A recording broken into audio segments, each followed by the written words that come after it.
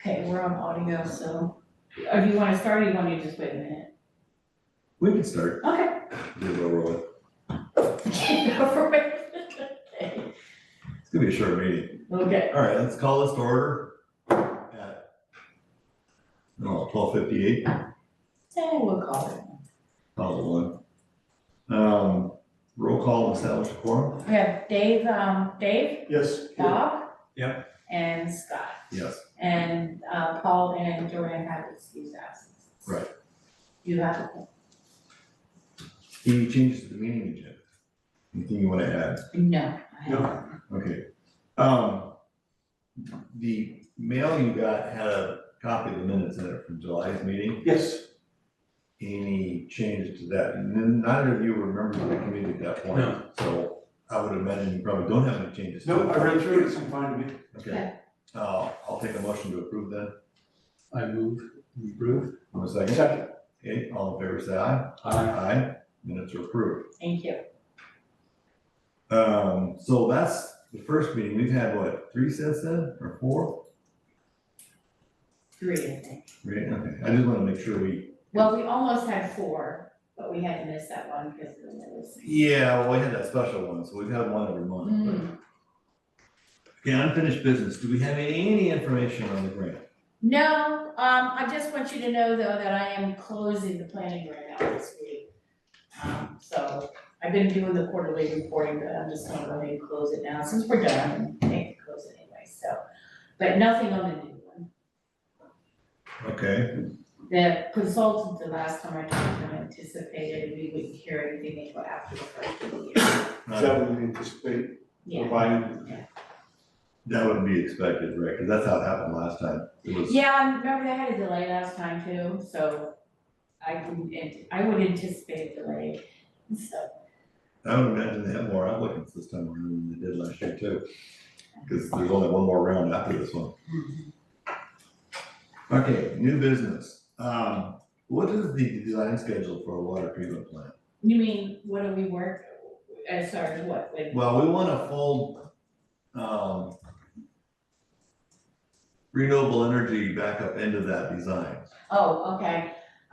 We are trying, in fact, we're getting ready to submit for a, kind of a technical assistance grant with the US Army Corps. I didn't know this is something new that they're doing where they will partner with us on a project. So we're looking at partnering with them on a water treatment project. We don't really have a lot of this, we don't really have any design on that. We're kind of just, they consultants were going slow because we knew we were a little bit out from being able to get a new water treatment plant. But we figure if we can get this assistance with the Corps, we can move faster on this. There's money in the budget for the design, so they know that. It's just not moving as fast as that we want to because we're not sure where financially we're gonna be.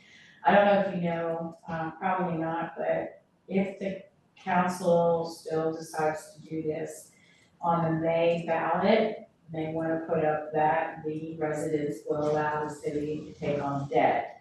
Because currently, per our charter, the city is not allowed to take on any debt whatsoever. Not even something that would get paid back right away, it would just be, no debt. So we have to go to the citizens and say, hey, we want to be able to use, for example, the DEQ SRF loans. They do a lot of principal forgiveness, so that's a good chance. Otherwise, if we have to pay for the water plant, we can't get a grant, can't get anything, then the citizens will have to take it out as a bond. So we're trying to avoid the impact being on the citizens as much as being able to take advantage of these loan programs where you can get a good portion of the principal forgiven. How critical is that redo? How critical is the plan? Yeah, I mean, I know the plant's critical, but how critical is the remodel or the rebuild? The rebuild is critical, it's just not to the point where it's like really rushing and urgent. We're trying to get something going within the next 2 years.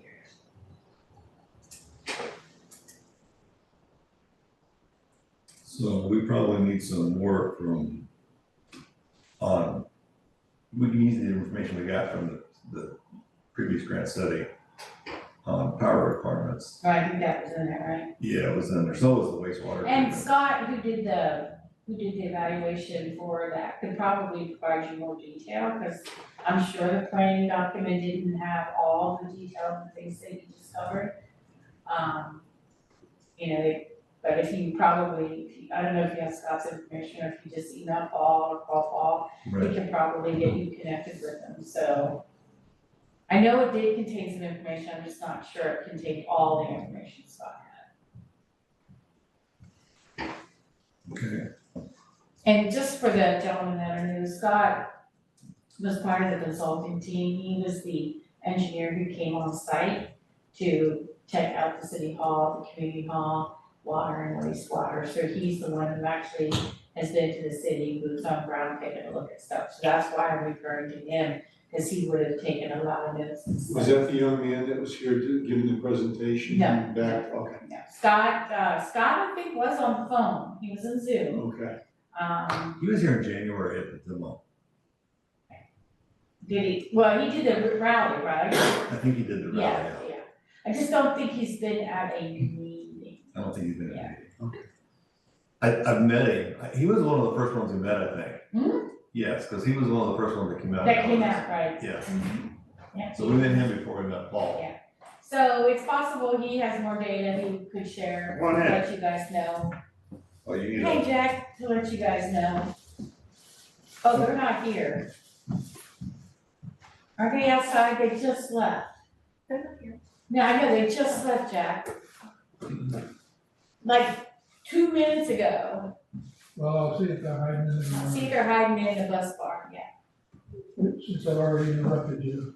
What time is this workshop? 8 to 5, 10 to 12? Workshop.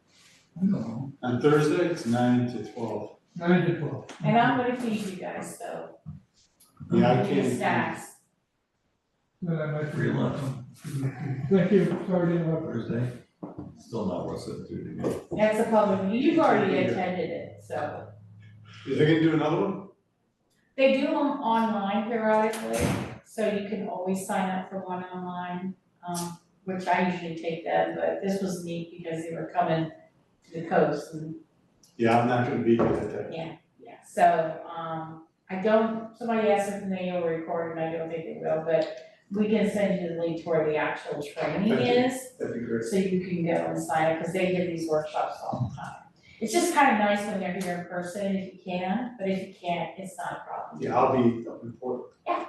We'll make a note to send you the link to the actual site to sign up for training. God knows what that is, 'cause we did your training. And unless they change it, we're not even do it again. It hasn't changed, the benefit, I've taken them several times. The benefit is I like to hear the questions people ask, because, you know, they might ask something I didn't think about, so you get some clarity. That's the only reason why I take them more regularly. Nothing's changed yet, they are debating changes, but right now nothing's changed. They've been after me to give feedback on the survey. The state ethics commission is kind of been. Oh, yeah, that just came out today, didn't it? No, they've been after me for a couple of weeks. Yeah, they asked me to do it too. Periodically, I have like 6 or 7 emails over the course of a couple of weeks. Right, are any questions about the water treatment plant, which is, because we'd like to fold into that and just include any backup energy as part of the bill. Next time I talk to John, our city engineer, I'll mention that, you know, when we get close to that stage, that you guys wanna to provide some feedback and options on that. Okay, and maybe there's a way to plug some generation capacity into the water flow. Just put an impeller in place, and either before or after the treatment, probably before, and have that power and impeller to generate hydrogen. So there's some ways to do that because there's constant flow. Oh, yeah, constant flow, yeah. And one of those inline impellers worked as perfectly. I don't know if you guys saw that or not, but there was a demo on YouTube. and I saw it on a TV show, but there was a bunch of college kids in Japan built this cage. It was probably 8 inches square, and it had a generator on it, and it had what amounted to a drill bit for an auger, one of those auger bits. Right. And they just stuck it in the water, and the drill bit turned and ran the generator. And it was completely submerged, and they put 4 or 5 of these things out there, and they were generating enough power to do whatever they needed to do. But it was a cool idea because it's very compact. It doesn't disrupt anything visually. And it didn't look like it would damage fish or anything, because it was just, the water was turning the color, so the color is only turning as fast as the water is. This is on water discharge from treatment? It was they were put in a creek. Oh. They just stuck it in a creek, but if you put it out of the, in the water treatment plant, you put it between the tank and the treatment part, the filters. Yeah. It wouldn't affect the treated water at all. Like a wind. It'd be like a water wheel. Like a windmill or a water wheel. Yeah. Other, Choosing the power of the water. Yeah, makes sense.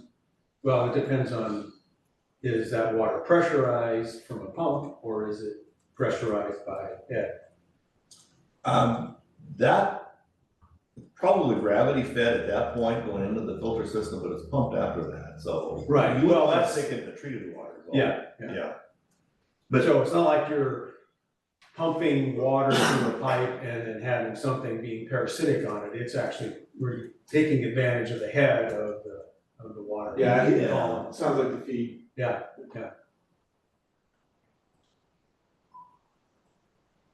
Okay,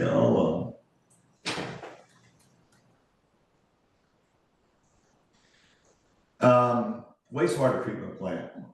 The issue with that is the startup requirements for the pumps is huge. So if you had backup capacity size to start the pumps, it would be probably 4 or 5 times what you need to run the thing right. normally. So we'd have to figure out a way to create startup current for the pumps. And one way to do that is a charging capacitor. Got the Right. capacitor. I mean, locomotives do that. They run, when diesel locomotives first started out, it's dumped on 11,000 amps through its motors. And it doesn't do that all the time. So there's an scale up thing. I'm not sure what the voltage requirement is, because if you had enough voltage, you could scale it up with a transformer to generate more current. I think there's electronics you can put in there. So if you need startup current, or if it's sort of voltage, I'm not sure which it is. It's because all we have is kilowatt hours. It could be the one. Right. You can make whatever you want out of that. Yeah, so it could be either one. I'm sure it's current, because pumps are usually current sensitive. Or current. Well, that's where most of the energy is. So, you're gonna have 220 volts probably, or 480 volts, 3-phase, and then you get a whole bunch of current right at the startup. Right. And disk drives are like that too, so we have that problem with large computer drives. So that's something we need to look at, and I'm sure that we'll need some consulting work on that. Eventually, when we start looking at that, whenever we get that into the budget, but we're gonna have to figure out, because that's probably the lowest on the totem pole, because the worst case scenario is overflow straight into the ocean. It's already designed to do that. So if we don't get to it because of funding or something like that, it's not a disaster, because it'll work even if the power is off. Just sort of out. It just doesn't work the way we want it to. It doesn't work right, it just worked. I mean, it won't catastrophically fail. So that's the benefit of that one. So we need to look at that, and that might give us time to learn how to do it ourselves rather than hire an engineer. But we'll have to have an engineer look at whatever. Oh, definitely, yeah. Yeah.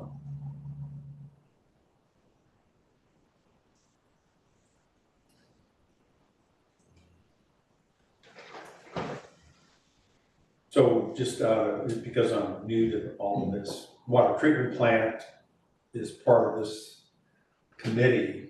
just because of the backup power required for it? Well, there are 4 primary city installations. There's the city hall, community center, which the construction grants can take care of both of those. Okay, And then there's water treatment, which is up on the hill, and then wastewater, which is down on South Point.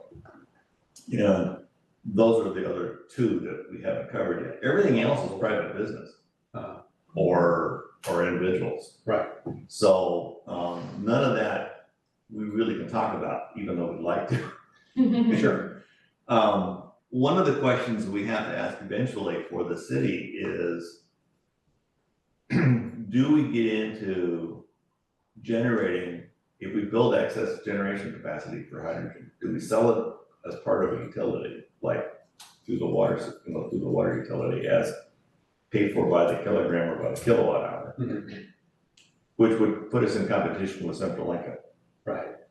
Or do we just generate power and generate hydrogen and sell tanks to people when their tanks are empty, like the propane gas tanks at the store? Or do we even want to get in that business and just limit it to what the city needs?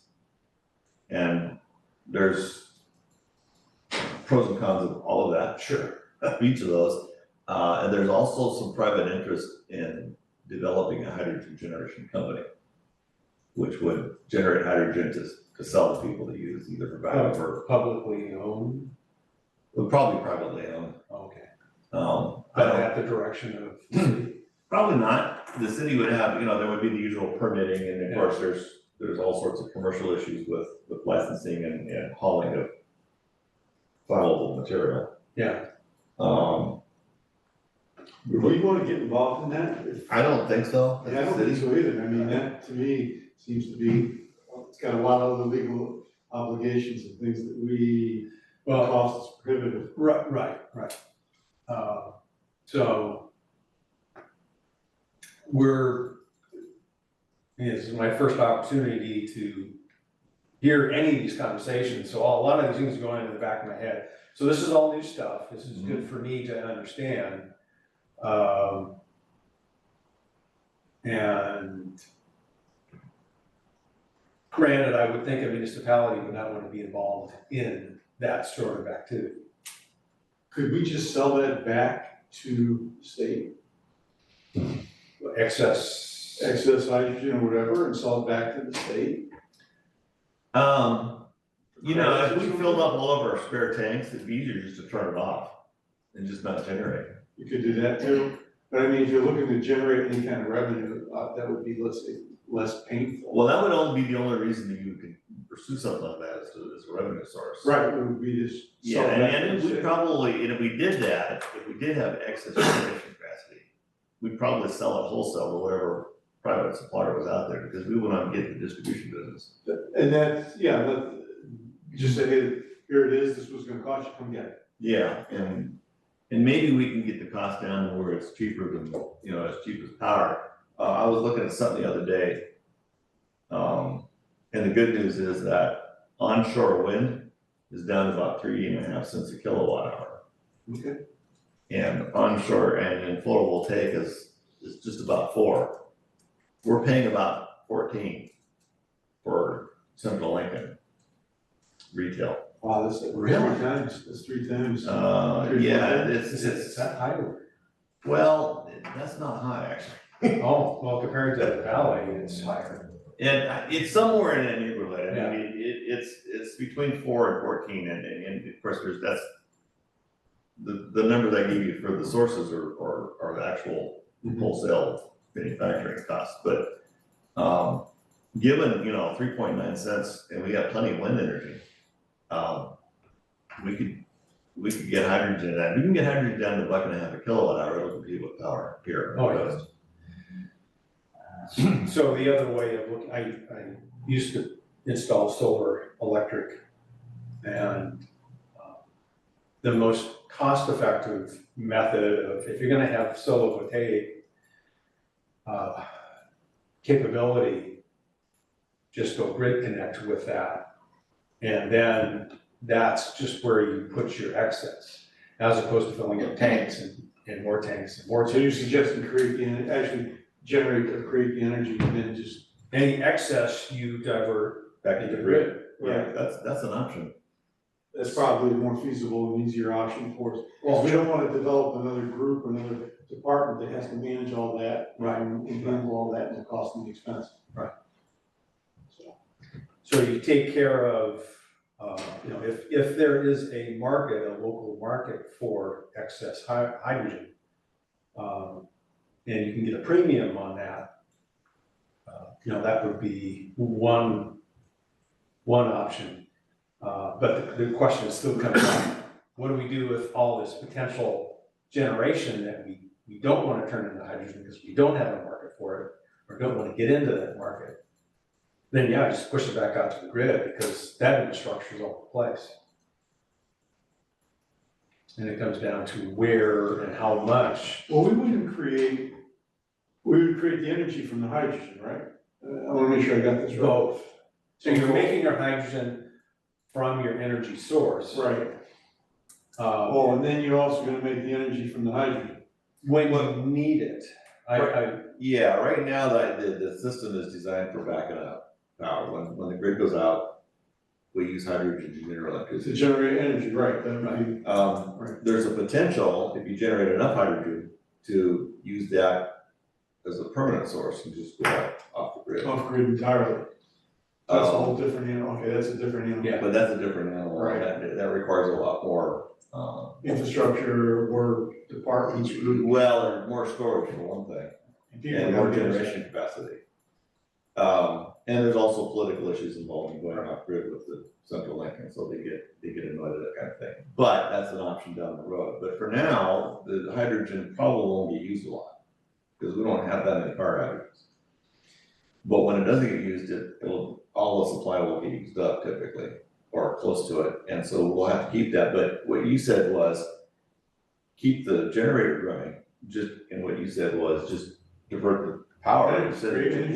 once the Yeah. tanks are all full, Yeah. just shift the power, quit generating hydrogen and shift the power back to the grid. Energy, yeah. So that would be something we could set up, and I think Yahats did that with their solar, You know, Ken, when Yahats got their construction grant last year, they built, or it was the year before, they built solar power on top of parking garages. I think that's what it was, yeah. And they were what they call net metered, which means that they used what they needed and sent the rest back into the grid. We could do that with our Right. That would, generation capacity. Yeah, I can, if you want details on that, I can find that for you. and then what would you do there politically? Would you need to negotiate a value for that and then kick that back? There's a price they pay, Okay, yeah, and then what happens to the revenue that's generated from that? Does that just go into the city? goes into the city. Okay. And it could go into depending on who administers it, whether it's administered out of the water sewer fund or it goes into whatever fund is generating the costs. Oh, you guys, they apparently got their grant to develop it. But they didn't get the grant, the construction grant. Oh, they didn't, okay. So they just got the Planning proof grant. of concept grant and that was it? There was some, It says, while the city has thoroughly explored and planned for these solar parking canopies, funding challenges have delayed their implementation. There is no evidence that construction has started or been completed on any solar parking lot at this time. interesting, so So they've not done anything since then. either their grant application wasn't good enough or they didn't have the funds to jump in or ready. Maybe, Is that but coming yeah. from Oregon? Does that come from the state itself? That was Yahats was applying for this construction grant, around it for a For while, that, okay.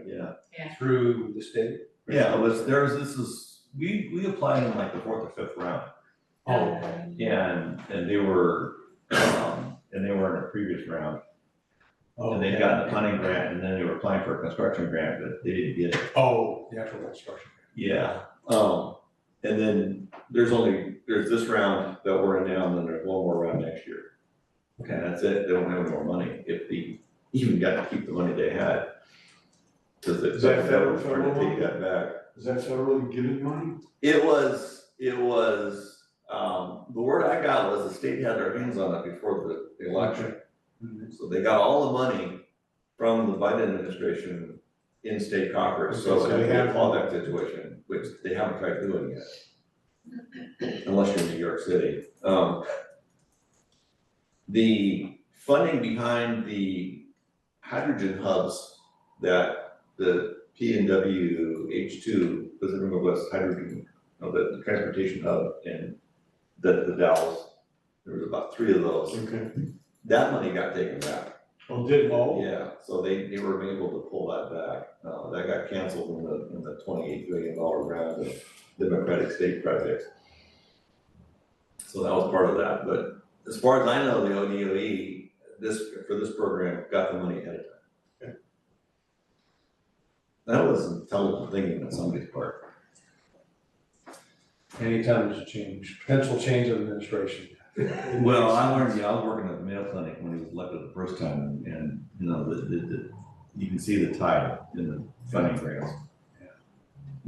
yeah, he's not in favor of renewable energy or things along those lines. He wants to drill. And that's who pays his bills. Understand, and his friends, yeah. But I don't know why you would pass that up, given the cost structure now, because. Because it's more money for his friends that are. Yeah. I know, but Those are the people that fund them. of course, if you do the math, there's a lot of Republican policies that don't make any sense. Mhm. Healthcare is one. So there's, just deal with that. It's a conversation we should have after hours. Yeah, but it does affect us. So. Yeah, oh, it does. Yeah, if the money's there for the construction, and we can get that would be great. Yeah, no, the next round may be in jeopardy, but I haven't heard anything. So we asked for 750,000, right? Is that what the number finally came out at, Wasn't it 750? I think it was 700, no, It was 900 and something. Oh, Yeah, just under. no, actually, I think it was more like 825, that number just popped in my head, but I can look that up. Yeah, we didn't ask for the full million, because that. No. Because we thought that would be pushing. it. Yeah, no, we asked for, He we just had thought a it looked detailed better cost not list. to. You think there'd be enough left over in that to actually do what we're discussing here? Well, I mean, if we, because the plan right now calls for 10 kilowatts of wind and 10 Right. kilowatts of solar. We could easily double that, especially the wind, by just buying a 20 kilowatt turbine instead of a 10 kilowatt Which is turbine. probably not that much more than You can get them for like $5 It's grand. the installation it costs. Okay. Well, it costs depends on how more? tall the tower is, yeah. Yeah. Yeah, but if the turbine itself is anywhere between 5 and 20 grand. Okay. So, and that's on Amazon. Right, So right. they're available, but and they make 40 kilowatt turbines, but I haven't seen any for sale to like me. But you can serialize those, put them in serial, so you can put 2 or 3 of them up. Right, stack them together. Yeah, Stack them. because what they are is the turbines I'm thinking about look like chimney tops. They're basically a pole with a can on top of it, and the can rotates because it's got vanes cut into it. Mhm. Or 899 and 30, 899. So just under just 900,000. under 900.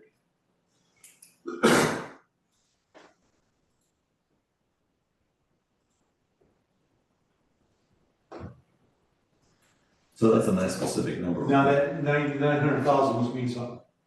900,000 must be that threshold. Yeah. That says, oh, wait a minute, this might be too much, we gotta, look at this a little. Well, we've got an 030 in there, so that means we've got some numbers to back it up. It's when you get down to it's more precise than a. Yeah, yeah, no, I get it.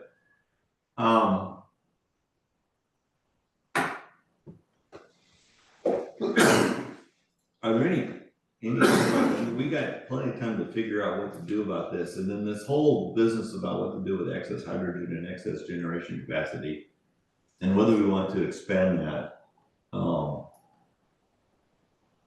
I think if we can do it within the cost, say for example, we did get the grant, we can do it within the cost of the grant, we should definitely look at doing it then. Yeah, we can do a 20 kilowatt instead of a 10, Yeah. or 2 20s and have 40 kilowatts, and we can generate more hydrogen, and then when you do with the excess, well, like you said, just give it back. Yeah, we can put it back on the grid and. And that would be the first power generation capability on the coast.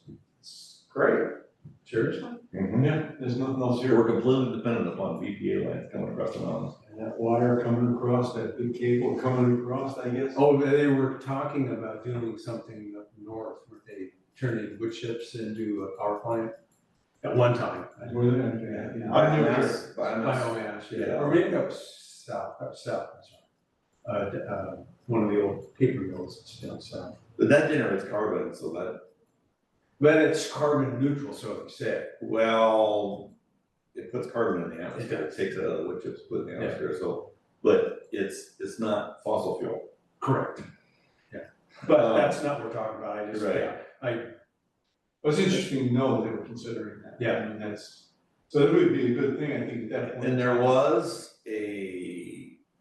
I think Long Beach installed the shore-based paddles, wave paddles, Okay. just last month or two. Oh. And what wave energy is 40 kilowatts per meter. So if you have a meter wide wave paddle you're generating, running an hour, that's 40 kilowatt hours. 40, okay. So there's 40 kilowatt hours per, yeah, because it's 40 kilowatts of wave energy per meter of wave. Wow. Which is pretty high. So do they have metrics on it yet? On what they're doing or what they're actually receiving? I don't think so. I don't know, but you know, we could put some out here along the rocks buried underneath the cliffs. Guys, you could get some tremendous power out of these. Well, especially the other day, of course, that was probably too much. Yeah. You know, they probably, but you know, because they don't need that much wave. So our surf may be too high, which is part of the problem. One of the reasons they ran the Newport off of Beverly Beach so far out. It's Can you 7 put miles it out. under the water itself? There's one generator, CalWave, that is submerged. Okay. Others are buoys that are tied to the bottom by cable, and there's a thing that runs up and down the cable. Right, And that creates power through induction. The advantage of that one is the cable is where the power comes through and it's fixed, so it's just, but they were boring at the beach and laying it, and I guess they're getting ready to start the prototyping here soon, if not. So a lot of metrics and relatively soon. We'll get some information on that. That'd be good. Yeah, but it looks like wave energy on a commercial scale is probably, they say 10 years off. I don't know that that's the case, but. to make it commercially. Yeah, but on a smaller scale, we could certainly, you know, it'd certainly work, because it would only take one or two. And I'm thinking we could put 1 megawatt generator up by our buoy, each of our marker buoys, and be fine with that, because the bell's always dinging. Yeah, I know, I hear it all the time. So it's something, you know, that would require a lot of work to get people lined up to approve that. So but that's long term, and that's the key there though is that we want to generate power to generate hydrogen, and then use hydrogen to generate electricity instead of batteries. Because you don't want to, because the normal system is you take your renewable, you plug it into a battery, and you get a battery that's big enough to power whatever it is you're trying to power, but those will get expensive in a hurry. Right. A small battery that's got an hour or two capacity on it is reasonable, and you just keep that charged with hydrogen.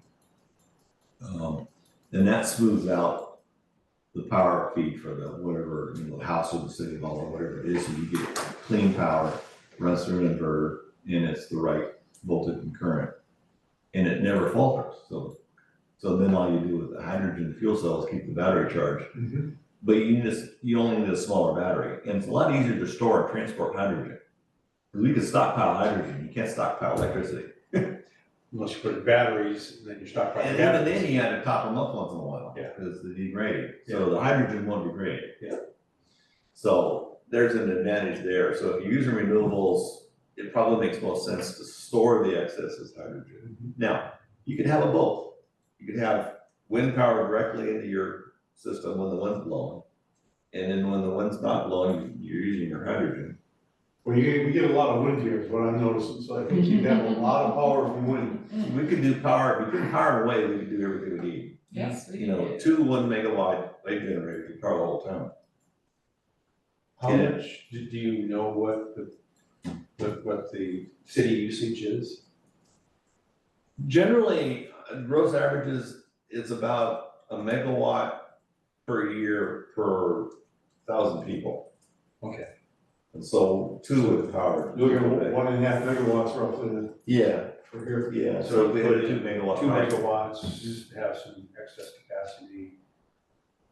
Now, that 2 megawatts would be on the usage side, so if they had 2 megawatts of hydrogen fuel cells, then it wouldn't require 2 megawatts to keep them supplied with hydrogen, because you could just. So, but that's an average, and, you know, if businesses and individual houses would probably wanna install their own fuel cell and then contract for hydrogen supply.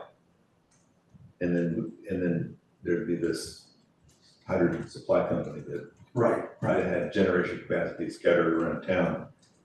Probably ideally one in each of the islands that we've got designed for emergency services, so that you only have to transport it. That you could use one of those four-wheel off-road vehicles. transport it in a trailer. Yeah, because, you know, if the things go off, the roads go down, you're not gonna be able to get a truck around, so you need to be able to haul it somehow. Right. So anything that could run across country would work just fine, and you're only gonna haul a few tanks at a time, and if you use the 3 kilogram tanks, they're only about yay high. And, you know, one guy can pick them up. Bigger than that, you can't. The 3 kilogram tank, you can. Really? So it's like a propane, but same size as. It's about the size of a short, it's about 40 inches in diameter, and it's about yay high. How long does that last? 3 kilograms is, It's 1 kilogram is about 55 kilowatt hours. Electricity is what I would do. it's 0.07 kilograms per kilowatt hour. So 3 divided by 0.07. So if the house needed, let's say 14 kilowatt hours, then you're looking at roughly about. So So that might last a week or so. I would think. 3 kilogram tanks is 42 kilowatt hours, that's probably 3 or 4 days. Yeah, 3 or 4 days, okay, so, yeah. I figured at 1.5 kilowatt hours per month maximum, which was, I think, the most I ever used was 1,300 kilowatt. Okay. But at 1,560 kilograms would last the whole month. It depends on the time of year. Usage. The biggest demand is power, is heat. So. Yeah, Heat and cooking, right? heat, Well, a cooking lot of is people just- have gas. I take it, a lot of people have gas. Yeah, but even cooking, you're only doing that for an hour. If you're heating your whole house, that's, could be 24 hours. yeah, Central Lincoln's got a bunch of statistics on your account that you can look at, and one of the key numbers is, what is the largest demand in an hour by hour a day, and it was Yeah. 1.2 kilowatts one time. So, you know, so a 4 kilowatt system will more than power a house. Oh, yeah. And so, but it, you know, so how much do you, and I have gas fireplace and gas water heater and gas stove, so I don't use a lot of electricity. But that was probably all the lights and the heater, we have its own heating. Mhm. But, so that was the number that really matters, is what is my highest hour demand, peak demand? To have enough hydrogen to satisfy the month that I use the most power, which was one time, would require 55 or 60 kilograms. Which is Most houses on 1.5 average, tanks roughly. is what it yeah, is. most houses use about 800 kilowatt hours a month. Okay. That's national average. It's probably less out here. It depends on whether you got electric heat versus, you know. Right. And so to get a month, and if you have enough, you probably don't need the month's supply on hand. You only probably need 2 weeks. Those tanks, are they all, I mean, They're not, they're designed to leak first, so they won't explode? so they won't explode. And if they leak first, it dissipates so fast because it goes up. Right, So it has to leak into an enclosed airtight facility in order. so you have to basically keep them on side as well, again, or keep them so that it vent it out. Yeah, we generally, if you store them in a vented, like container, shipping container, or a shed or a garage, that's probably good enough. Okay. I mean, my concern was when I worked with Toyota, and they were doing the automotive aspect of it, that was the biggest issue, was the explosion and the tanks, just. And that was all based on collision, Right. because you have a spark source. Yep. And if you don't have a spark source, it's just gonna dissipate. Yeah. Um, But the explosions were horrific, they were just. oh yeah, hydrogen explosions are great fun to watch. I don't know what happened if you shoot one, if that would generate enough heat to explode the tank or not, No. but. I don't know. You have, even a propane tank, if you shoot a propane tank, it won't explode. If you have a spark nearby, then you get the big explosion. But again, yes, you have to physically pierce that tank for it to be an issue. The good thing about hydrogen is even if it does leak, it's not harmful Right, in the amount that will be coming out. Right. Sensitive. Yeah, so it's not like gas, where gas can kill you. And propane or gas, yeah. right. So that's where we are. Are there any other comments? Because I don't have anything else. Well, I was just, do we have information on the type of storage tanks? Yes, Size? Steelhead is the name of the company that makes them. Bob, did you get the report? I don't think so. I was just thinking, okay, let me send you the report. And they make tanks in capacity 3, 5, and then I think there's a 7, but they're like 7 feet tall. Okay. But they're all 14 inches in diameter, it's just, they're all a lot longer. And they come in, you can get them in racks, so you can get a rack of 4 3-footers. That would be 12 kilograms. What pressure do they hold? It was over 3,000. Lower than So 3,000? it was over 3,000. Oh, over 3,000. So that would be, But the That's steelhead a is one that comes, look for steelhead tanks online. so that's a type 1 then? Or it might be a type 2. Do you know if they're carbon fiber wound or just aluminum? They're steel with carbon fiber outer shell. Okay, so that's a type 2. Yeah. So that would be about 4,200 PSI. Okay.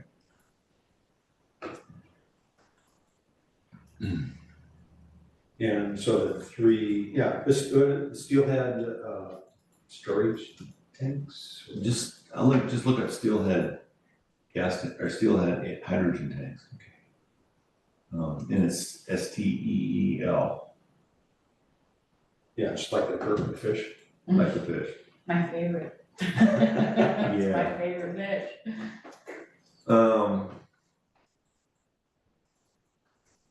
Steelhead are just confused trout.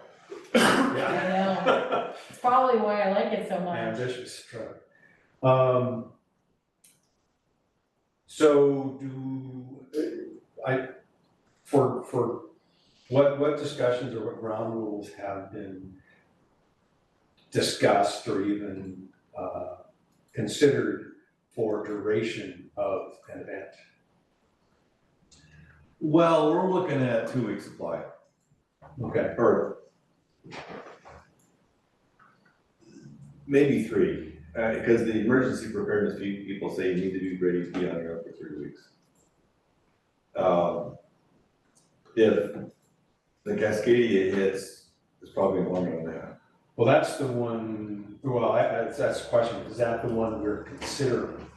Should we design for that or something close to that? We could, I mean, we're the one that's, this committee here sets that policy, so, well, we recommend the policy, the city council will adopt it. Right. But you're probably gonna more than double the cost if you go for 6 weeks.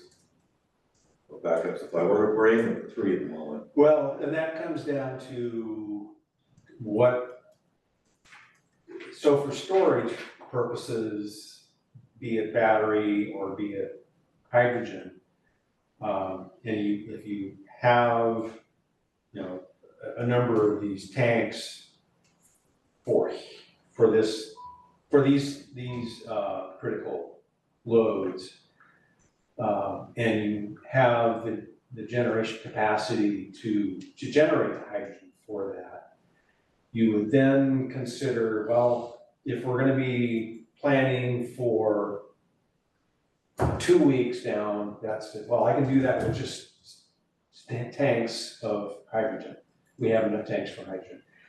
On the other hand, if you're looking at 4 to 6 weeks, you need to generate enough to offset your actual critical demand. So, yeah, I went through that, and I was going, well, how much gas do I need to store? Yeah. And what I came up with is, in rough numbers, about 40 kilowatt hours of generation capacity, of generation, renewable energy source, will generate hydrogen fast enough to keep a 4 kilowatt fuel cell supply permanently. Yes. So if you go in the in 4 kilowatt increments, so it's the whole runs only 12, so 120 or 120 kilowatt hours of generation capacity would keep a supply with hydrogen. Because it generates it, and that assumes a 20% capacity factor, which is less than what it normally blows around here, because there's more wind here than 20%. Right.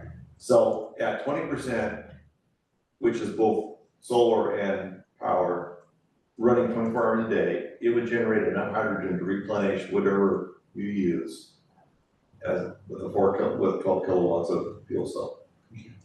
So it's 40 kilowatt hours of input capacity versus 4 kilowatt hours of output, or 4 kilowatts of output. So, Right. and that's a rough figure. And that's got enough safety built into it that the safety factor increases as you expand that. Yeah, but so your 3-week supply then should support your 6 weeks easily. Yeah, I was looking at 20 kilowatts of generation capacity would keep me supplied, because It's just gonna keep. if I have a 2-week supply, yeah, because this is gonna generate 24 hours a day. So it then becomes more of a condition of how much are you gonna use to the point when it's gonna be expended entirely. So then it'll go out beyond probably 6 weeks. Right, if you use the 40 kilowatt hour for 4 kilowatt of output, you won't run out. So basically having a 3-week supply is ample. So having a bigger supply and a higher cost is probably not necessarily a very good option. There's a lot of reasons for that, and one, the tanks first of all, and then there's the storage, so you need more storage, it needs to be more secure because you got more concentrated.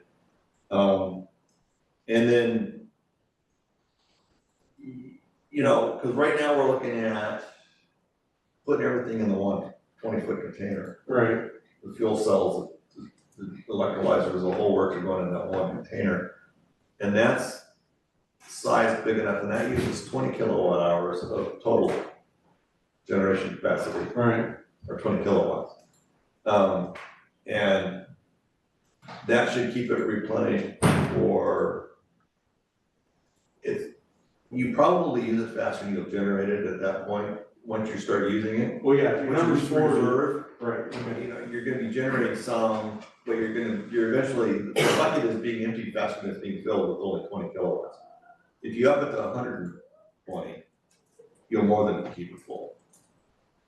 So, yeah, so anywhere in that range, you know, we can go 40 and do quite well. If we're only using it for backup purposes, you know, you're only gonna use it once in a while, and you probably won't use a full 2.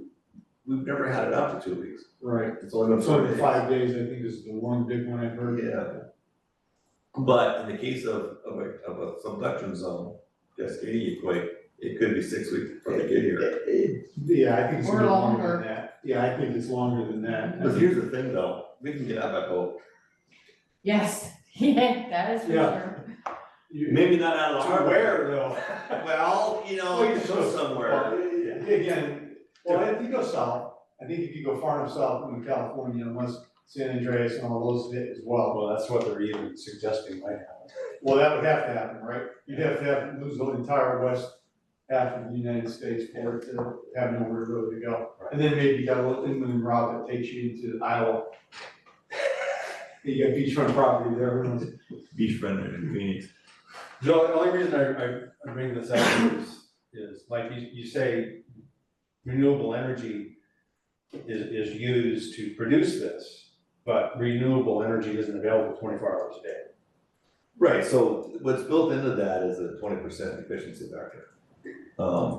In the sense that you have it's 50 kilowatt hours per kilogram of hydrogen.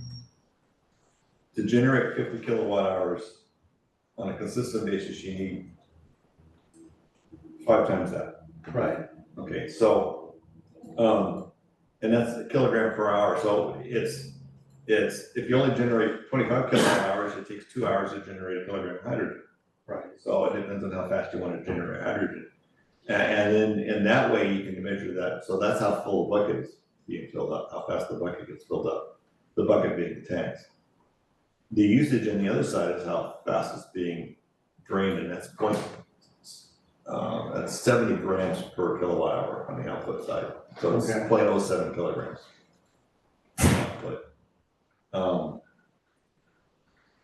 So, and the answer is figure out how fast you drain it, and if you want to keep it full, you just make sure that it's going in that fast with all the calculations built into it. And a 20% capacity factor is probably an underestimate for what we'd actually get.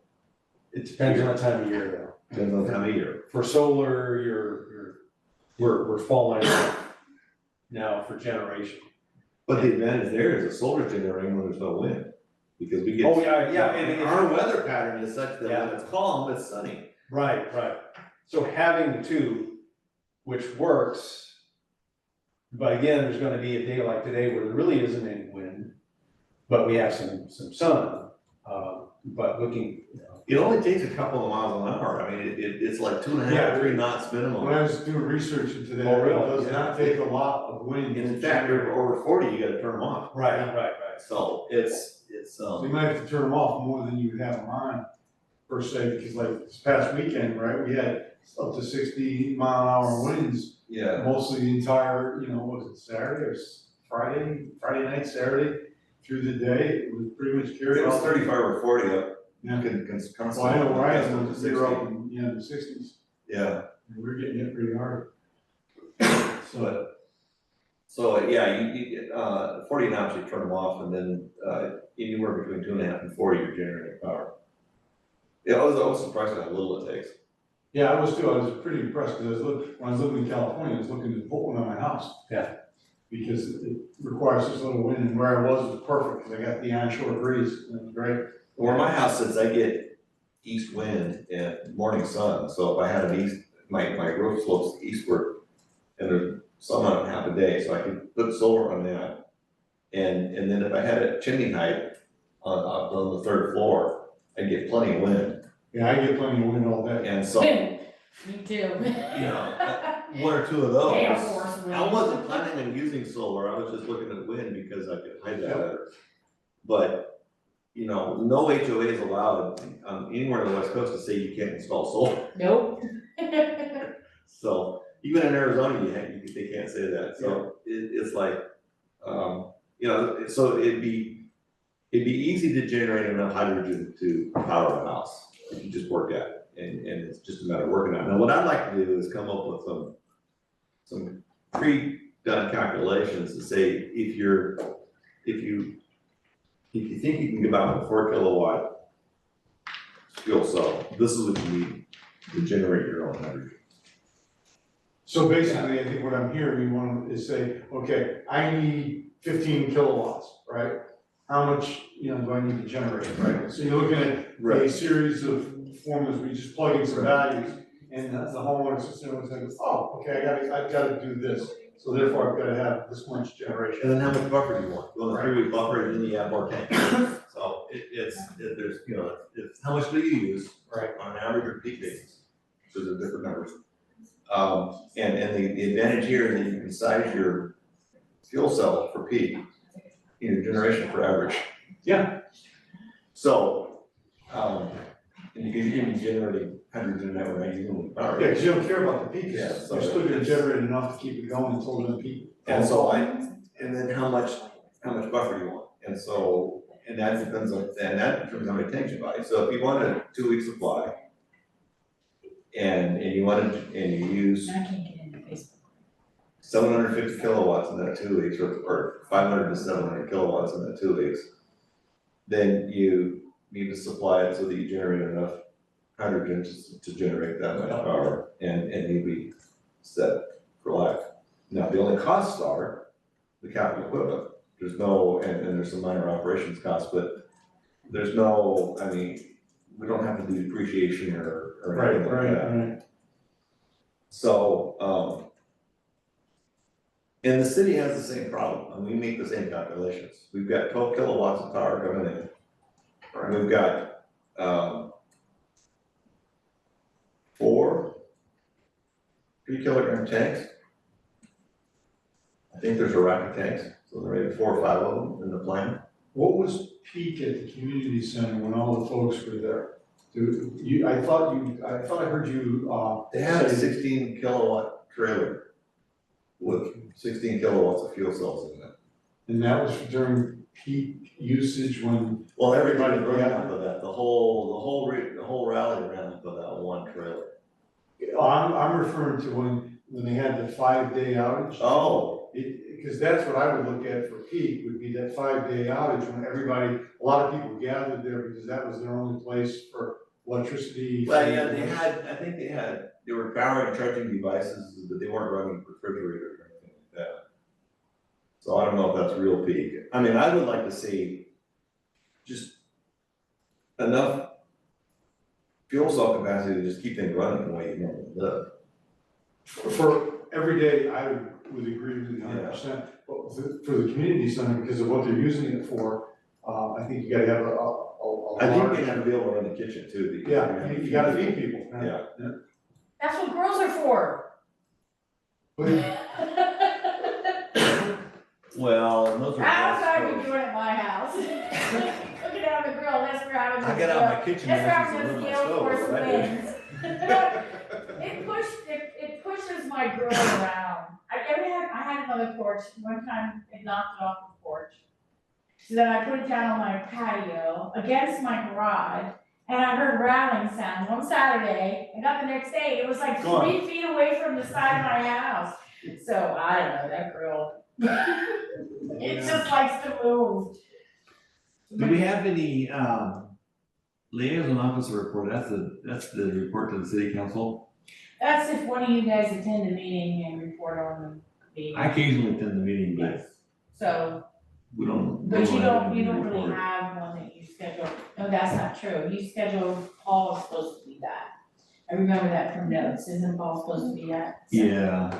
But I Yeah, don't something think to you say. guys are really worried about that right now. Do you have anything to add or update?